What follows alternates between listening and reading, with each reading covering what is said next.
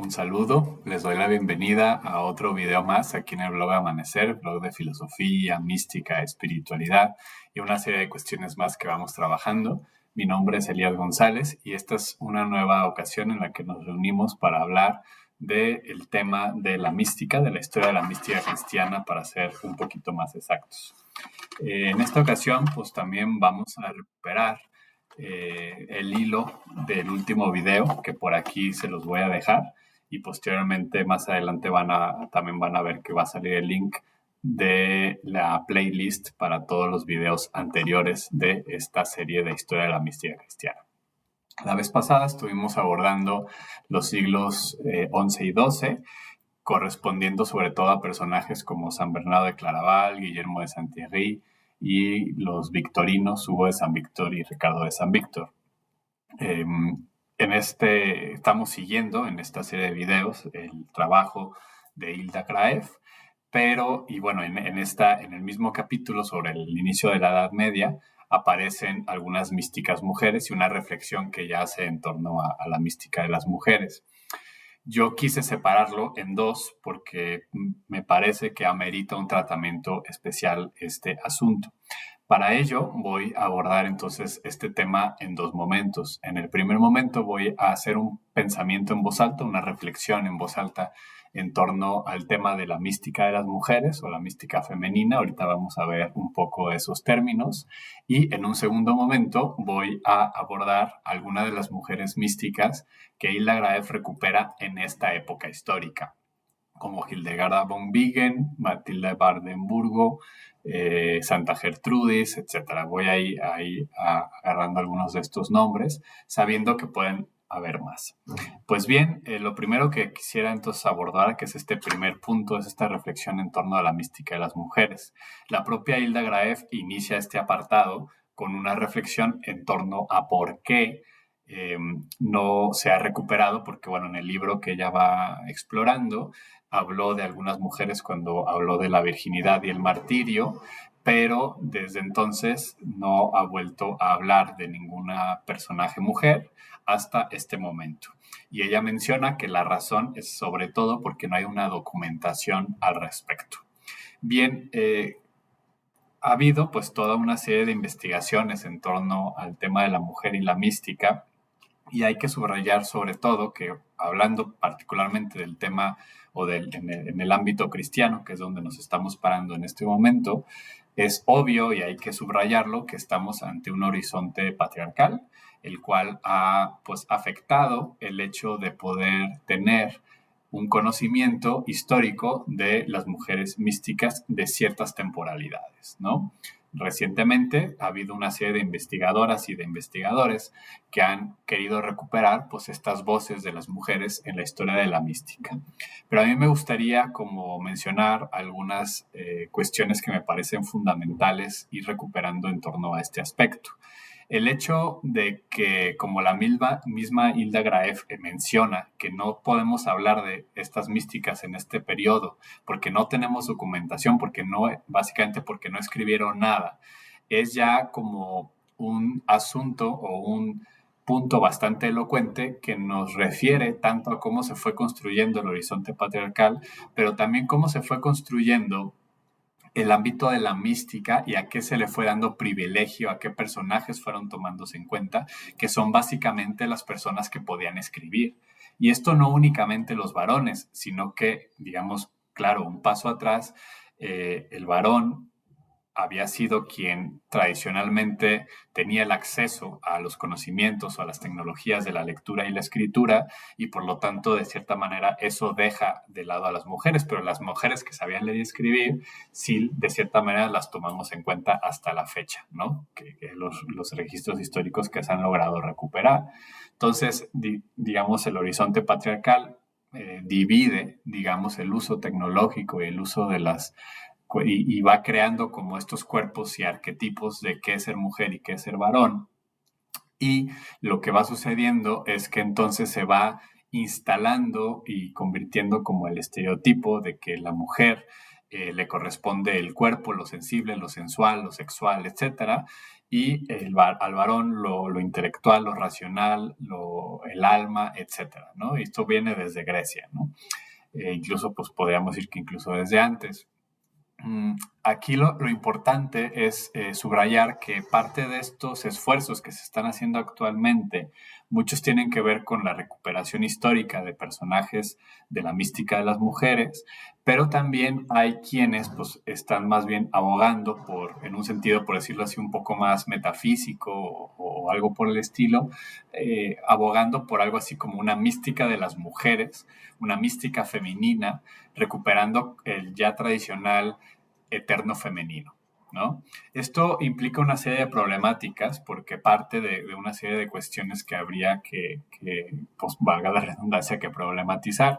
Siguiendo a Xenia Llevenes, ¿no? Yo, que es una intelectual mexicana que trabaja sobre estos temas también, yo me inclino más a su lectura de que no es tanto que exista una suerte de mística femenina, una esencia de la mística femenina per se, inmaculada, eterna, de tal manera que todas las mujeres participan de esa mística y por ser mujer, por lo tanto, ya esa es la mística que se vive, frente a la mística de los varones que también se convierte en un estereotipo que los varones viven este estilo de mística, ¿no? Sino que lo que sucede es que la construcción sociohistórica, política, filosófica, teológica, a través de la lectura de los cuerpos y los cuerpos leídos como de mujer o de varón, aquellos que han sido catalogizados como tales, incluye esta categorización una serie de atributos que va a influir y determinar necesariamente en la vivencia mística. Entonces, si en el ambiente, ¿no? A la mujer se le considera particularmente como un cuerpo, ¿no? Y por lo tanto irremediablemente unido a sus sensaciones, etcétera, etcétera, y que además pues tiene como condición su valor tiene que ver con el asunto pues del matrimonio y la procreación. Entonces eso da como resultado en el ámbito cómo se va construyendo participativamente la experiencia mística, es decir, la experiencia mística no es una esencia transsensible que meramente llega y se impregna en las personas, sino que es el contacto de todo lo que la persona es a nivel personal, histórico, comunitario, colectivo, político, físico, mental, psicológico, lo que es el medio ambiente, lo que son el ambiente que le rodea, el lenguaje que habla, la cultura a la que pertenece, eso en un entramado participativo con lo que es con lo que es la divinidad, ¿no? Con lo que es el misterio, como lo que quieran llamar, que no podemos hablar del misterio sin esta interpelación y coparticipación con la vida, va a dar como resultado, en el caso de las mujeres, sí, una exacerbación de la experiencia sensibles, de la participación del cuerpo, de los éxtasis, de los fenómenos extraordinarios, etcétera, pero que eso no necesariamente tendría que hablar de una esencia de mística femenina, así como tampoco una mística masculina, que tendría que ser una mística necesariamente filosófica, necesariamente más intelectual, ni nada por el estilo, ¿no? Están estas dos posturas. Yo tengo mi posición personal más cercano a esta postura más de que la experiencia es co-creada con todo lo que somos y que no existe así como la experiencia pura, así que sale de la nada, prístina e inmaculada o eterna, sino que más bien es coparticipativa y que no tendríamos que hablar, por lo tanto, de una mística de las mujeres en un sentido esencialista, sino que claro que los atributos biológicos, físicos, culturales van a participar y que eso va cambiando de época, ¿no? Y entonces vemos también mujeres profundamente racionalizadas que cada vez más pues tienen una mística más racionalista, así como varones cada vez más sensibilizados en otras cuestiones y que tienen un aspecto y que lo han tenido siempre, como así las mujeres también han tenido los otros aspectos siempre, pero que son los procesos sociales los que van predeterminando la experiencia, ¿no? Entonces, repito, haciendo un poco como resumen de este análisis, por supuesto, ¿no? La razón principal por la cual no es fácil recuperar la historia de las mujeres en la mística tiene que ver con este horizonte patriarcal, pero sobre todo, ¿no? Y esto se me hace como muy interesante subrayar, cómo este horizonte patriarcal va construyendo lo que es valioso y lo que no es valioso, repartiéndolo a partir de los géneros y los colores de piel y las clases sociales, Y por eso hoy recuperamos, o sea, hoy a las personas o los místicos y místicas que estudiamos son de los que podemos dar referencia porque nuestra cultura ha privilegiado la memoria escrita, ¿no? Y como toda nuestra cultura ha sido construida a través de la invención de la memoria, a través del alfabeto y la escritura, entonces lo que podemos recuperar o creemos que existe es aquello que se ha escrito. Algo diferente sucede en culturas más bien orales, etcétera, en donde otro tipo de recuerdo opera. Pero el tipo de recuerdo particular de Occidente, que es la memoria, nos hace recuperar sobre todo aquello que ha sido escrito, dejando a un lado aquellas experiencias que no han sido documentadas, no solamente de mujeres, sino de las infancias y de varones que no sabían leer y escribir, ¿no? Y en ese sentido, no solamente nos hace falta un montón de voces de mujeres, sino un montón de voces de personas en general que a lo largo de los siglos no tenían acceso a los modos de escritura del alfabeto y de la memoria y que por lo tanto hoy nos recordamos, pero que también podríamos decir que además se atraviesan cuestiones de clase, de socioeconómicos, que a lo mejor sí hay textos por allí, pero se perdieron, pues porque la persona ni era relevante, ni era obispo, ni era teólogo, ni era teóloga, ni nada por el estilo, y todavía más, a lo mejor por ahí siguen, pero digamos el ámbito pues eclesial no los reconoce como tal, ¿no? Entonces, por distintos motivos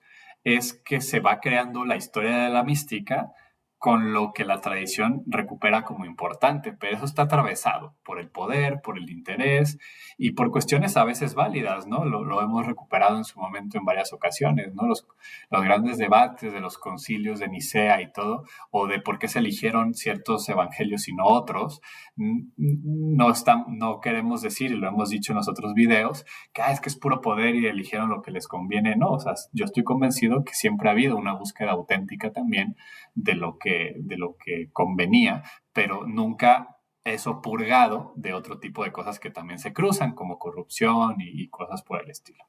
Pues bien, esto simplemente como un pensar en voz alta respecto al tema. Repito, yo creo que sí, es importantísimo, ¿no? Que recuperemos esta historia de la mística de las mujeres, así como de la mística de todas aquellas personas que no tomamos en cuenta, ¿no? Por distintos motivos. Y aquí, pues, por eso quise como hacer un video separado para abordar directamente a estos personajes que no van a ser las únicas mujeres que vamos a abordar en torno a esta lectura del libro de Hilda Graeff, de la historia de la mística, pero que vendrán después, como Santa Teresa y demás. Ahorita nos vamos a centrar en estas. Y la primera que vamos a abordar, ahora ya pasando a la segunda parte del video, es Hildegarda de Bingen, ¿no? Ella va a ser de la misma época que abordamos en el video anterior, que es el siglo XI y XII. Ella nace en 1098 y muere en 1179. Hildegarda, además, se va a escribir directamente con San Bernardo, porque ella comienza a tener una serie de experiencias místicas profundas y fuertes que San Bernardo le ayuda de alguna manera a discernir. Esto es importante porque la mística de Hildegarda es una mística bastante particular. Aquí Graeff, ¿no? La autora, desde mi punto de vista, no le hace suficiente justicia a Hildegarda porque pues la considera como, o sea, como extraña, como extrovertida, ¿no? O sea, como muy fantasiosa. Y es parte de la época, pero también nos habla pues, de la experiencia particular de Hildegarda, porque los textos de Hildegarda no son los tradicionales textos teológicos, sino que ahí se mete mística, teología, filosofía, pero también mitología herbolaria, alquimia. O sea, en realidad está hablando de todo como si fuera un mismo asunto. Graeff no lo entiende así, pero a mí sí me parece importante como recuperar más bien esta parte de Hildegarda como tan original, de que realmente es una sabia, ¿no? Es una sabia, una filósofa de su época, con conocimiento en muchas áreas, y no solamente en la teología, sino realmente en el mundo de la medicina, de la época, etcétera, y cómo va entrecruzando y por lo tanto nos ofrece una mística bastante encarnada en otros asuntos en la vida, ¿no? Y no solamente, aunque sí es muy abstracto porque son símbolos extraños, mitológicos, seres extraños, pero que también pues, estamos en un momento de imaginería sabiduría, de arquetipos, y por eso me parece muy importante ella.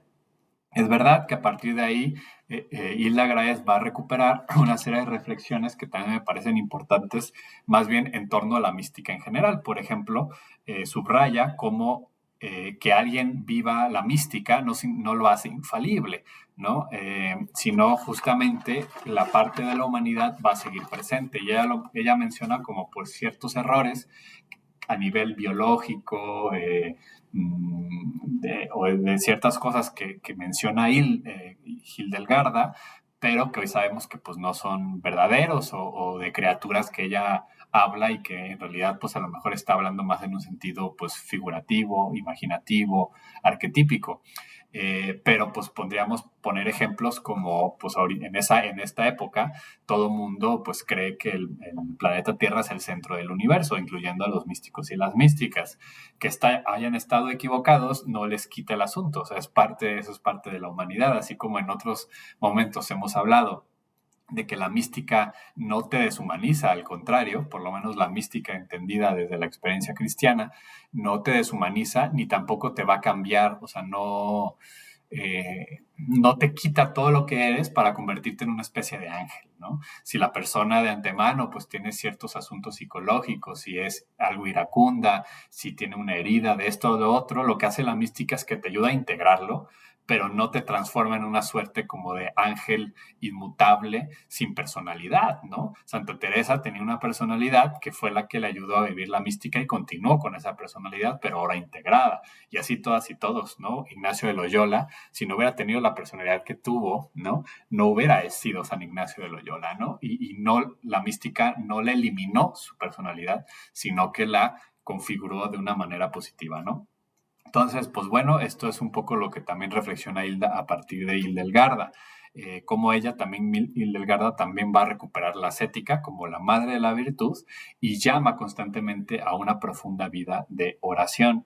Al mismo tiempo, los textos de Hildegarda ayudan a entender también la vida espiritual cuando habla, por ejemplo, de la asedia o la asidia, que es un tipo específico de mal espiritual que sucede a nivel del espíritu, que es como una suerte como de depresión, desolación profunda del espíritu, pero que para Hildegarda todo esto pues, forma parte de los procesos de humildad que tiene que vivir la persona para realmente comprender quién es y poder entregarse absolutamente en humildad al Dios de la vida. También va a reconocer y a recuperar el papel de la razón. Por eso les decía que pues, Hildegarda es una filósofa de cierta manera, porque no va a considerar la razón como una enemiga de la fe, sino que justamente considera que el ser humano es racional y la racionalidad funge como parte del proceso del conocimiento de Dios porque ayuda al ser humano a tomar decisiones, ¿no? Y nos ayuda también a la libertad. Y bueno, son algunas de las cuestiones, ¿no? que recuperaría, por ejemplo, como habla de la sombra de la luz viva, que apenas es como los primeros atisbos de la experiencia, y luego ya la luz viva, que sería pues ya justamente la experiencia mística más profunda. Entremos ahora a Matilde de Magdeburgo. Estamos ya un siglo posterior. Hildegarda, repito, es del tiempo de San Bernardo de Claraval y estamos todavía con Hildegarda en lo que llamamos la civilización del amor. Aquí iniciamos ya con la cúspide de esa civilización, con el surgimiento de las órdenes mendicantes, que es de lo que va a tratar el próximo video. Pero pues lo que va a suceder también es, como decíamos en el video anterior, la caída también de esta civilización. Entonces, Matilde va a estar cercana también a las beguinas, quienes ya habían sido fundadas para ese entonces, lo vamos a ver en su momento. Su texto, donde se recopilan varias de sus reflexiones, se llama La luz fluyente de la divinidad. Y al igual que muchas de las mujeres de la época y también varones, pero particularmente mujeres, va a estar muy influenciada por el amor cortesano que va a estar muy presente en la época. Por eso mucha de la mística de las mujeres van a hablar de el Cristo esposo y cosas por el estilo. Y eso nos vuelve a nuestro argumento principal. Tiene que ver con esa consideración de que la mujer básicamente para lo que sirve es para procrear y dar hijos. Y entonces si no se casa con un varón y da hijos humanos, se va a casar con Cristo, ¿no? Entonces, eso va a influir en la experiencia y en el lenguaje de las místicas que hablan de su Cristo esposo, etcétera, etcétera, pero es justamente por la determinación de la época, no porque la esencia de la mística de la mujer sea la mística esponsal, ¿no?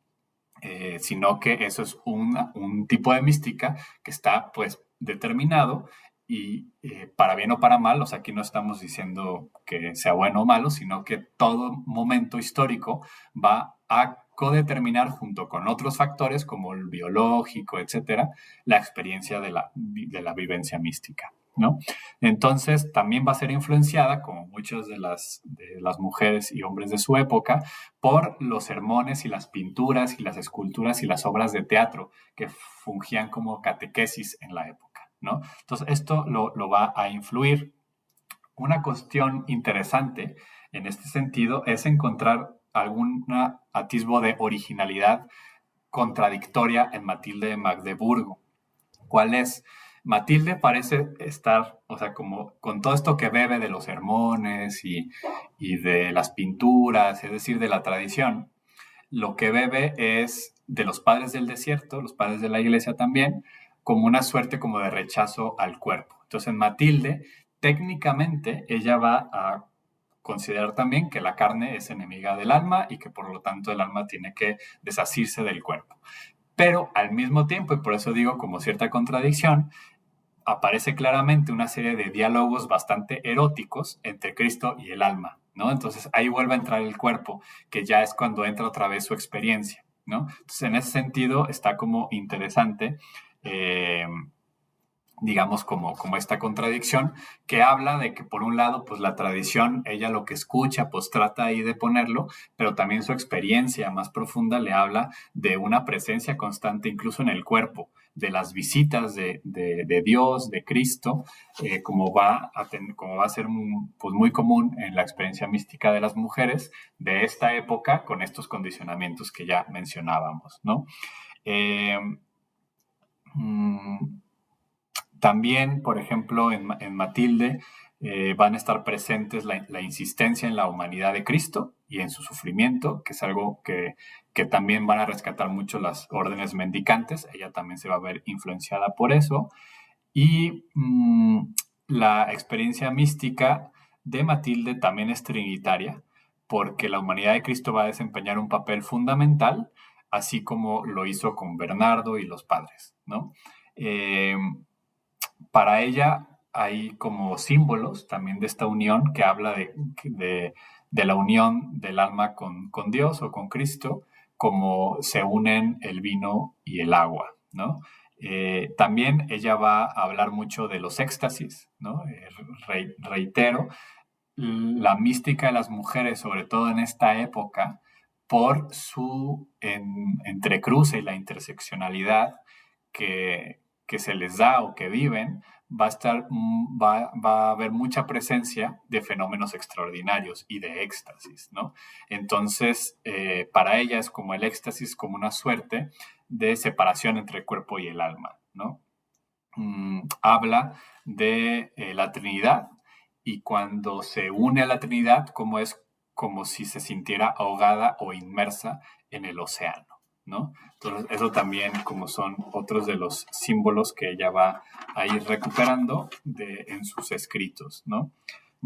Algunas de las visiones de Matilde pues fueron censuradas, ¿no? Por autoridades de la iglesia por pues cuestiones como eh, que ella defendía por eso sí, parece que ella o sea, también se defendió, y esto también es algo como bien importante, ¿no? Por ejemplo, ella tuvo una visión de Juan el Bautista dando misa, y le decían que eso era imposible porque Juan el Bautista no era sacerdote, no podía dar misa, y ella decía, pues es que eso es irrelevante porque no se puede tomar literal, sino que la realidad mística también es simbólica, ¿no? Eso también es como una pues de las aportaciones, ¿no? Que también nos da Matilde, pues que tampoco las visiones se tienen que tomar literales, ¿no? Sino que son simbólicas, y eso es lo importante, ¿no? Nos dice Hilda Graef que el libro de Matilde está lleno, pues, de un amor profundo místico, de una unión mística, entendida justamente como unión de voluntades y que se convierte en una bendita tranquilidad, así le llama, en donde Dios y el alma se entregan mutuamente entre ellos, ¿no? El alma con frecuencia sufre por la herida de amor producida por su intenso deseo del divino amante, y entonces experimenta una soledad que es mucho más amarga que la muerte. Clama hacia Dios y espera con un corazón atormentado, se encuentra sin sosiego y sufre tormentos, y ni los ángeles ni la misma Virgen, Nuestra Señora, pueden confrontarla, ¿no? En esta experiencia del gran deseo que siente el alma por Dios, ¿no? Y bueno, esa es un poco Matilde de Magdeburgo. Ahora vamos a abordar a la tercera mística, que es Santa Gertrudis. Ella va a vivir de 1256 al 302, es contemporánea de Matilde. De hecho, Matilde va a ir a buscar refugio, como ella fue condenada, ella fue criticada, se va a ir al monasterio cisterciense o benedictino de Elfta, donde, o sea, Matilde se va a refugiar allá, donde Santa Gertrudis va a ser abadesa, ¿no? Entonces también hay como una relación entre ellas. Era buena latinista y también formada en artes liberales como filosofía, retórica.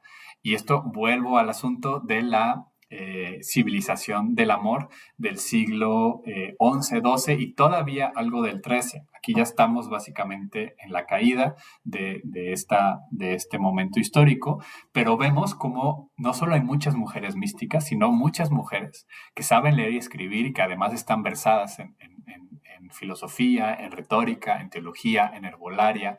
Es decir, o sea, la civilización del amor, impulsada por la experiencia cisterciense benedictina, tanto varonil como femenil, y de las beguinas y vegardos, y en su momento también cartujos, franciscanos, dominicos, carmelitas, pero eso ya digamos como que fue la última parte de esta propuesta de la civilización del amor que se fue tejiendo.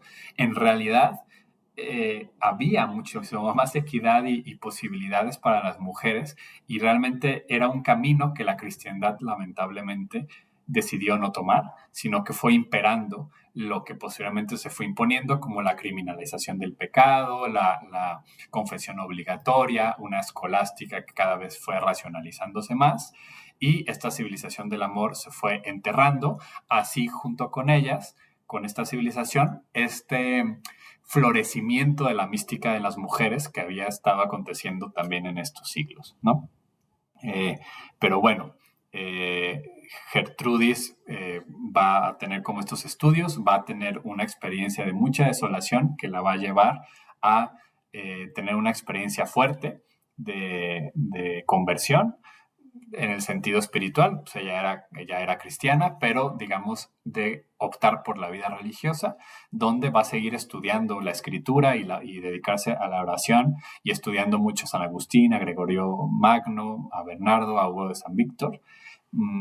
Y su vida, como ella era benedictina, va a estar como muy enrolada en torno a la liturgia, ¿no? Y la liturgia va a fungir un papel bastante importante en su camino. Ella va a tener como una suerte de mística del corazón, ¿no? Es decir, va a estar como lo que posteriormente ya se va a llamar como toda la devoción al Sagrado Corazón de Jesús. Ella pues va a ser un personaje importante en este sentido porque su mística está muy cercana al corazón de Jesús.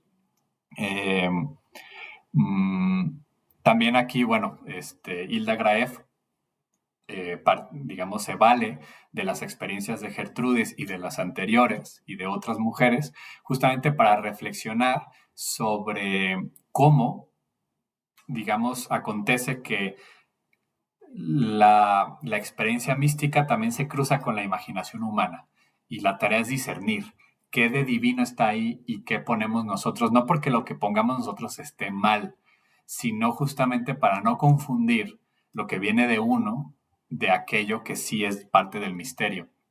Porque si lo hacemos, entonces nuestros propios desórdenes los divinizamos, y eso normalmente se traduce en fanatismos, en falta de humildad, etcétera, etcétera, ¿no? Entonces, como pues aquí también en esta mística de las mujeres, en esta construcción social de la época, está tan recurrida constantemente de visiones, experiencias sobrenaturales, etcétera, Hilda invita al discernimiento de cómo hay que pensar o hay que tener muy en cuenta de que también pues los propios desórdenes y deseos se cruzan y inclusive ni siquiera desórdenes, sino la mera facultad, por ejemplo, de la imaginación, etcétera, se cruza y que la invitación es a poder como dictaminar y discernir todo esto, ¿no? Para Gertrudis, esto es fundamental, no existe, dice Graeff, una contradicción ni tensión entre el mundo celestial y sus circunstancias terrenas.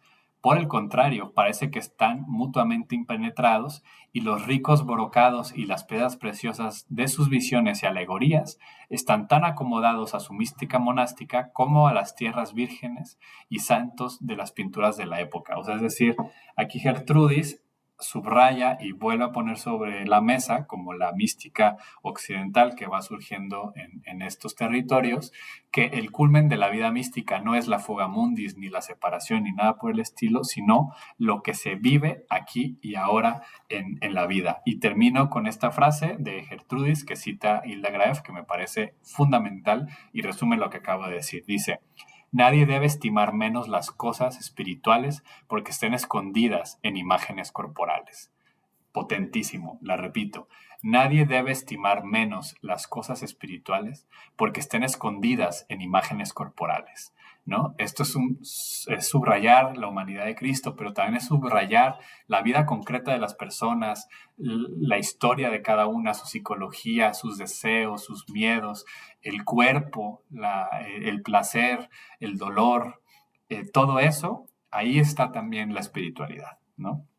Y esto es propio, creo yo, de esta aportación de la mística de las mujeres.